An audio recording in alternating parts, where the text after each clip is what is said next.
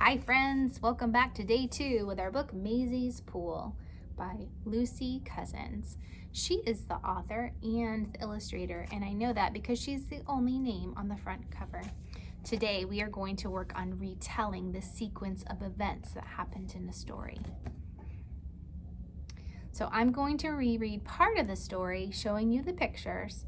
Then I will stop and ask you to talk with your partner about what's happening in the story. And then we're going to repeat the process along the way. So in the end, we'll have retold all the major events in order or in sequence. So make sure you have a partner nearby to help you. Maisy's Pool.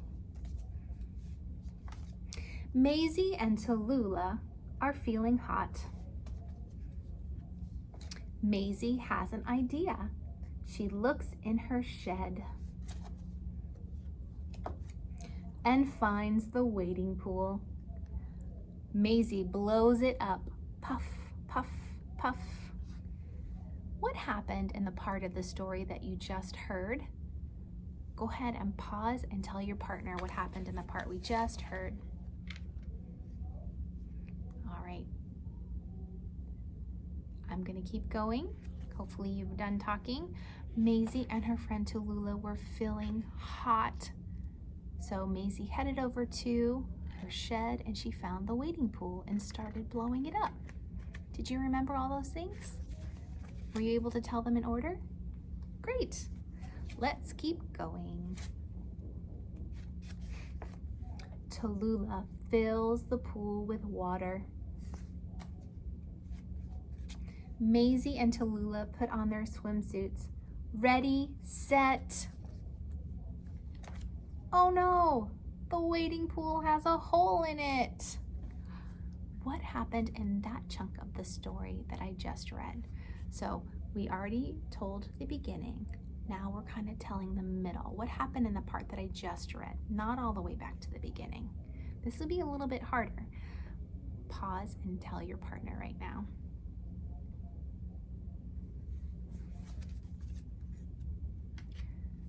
All right, so in this chunk of the story, pause me if you didn't finish, she had already blown up the pool. Now they're filling it up with water.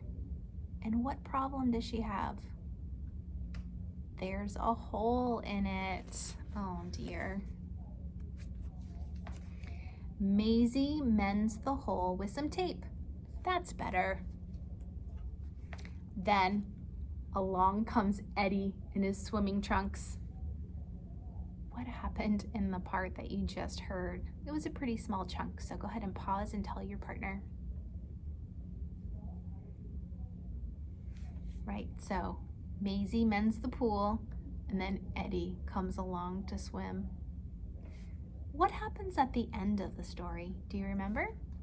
Tell your partner. Pause if you need to. I'm going to keep going.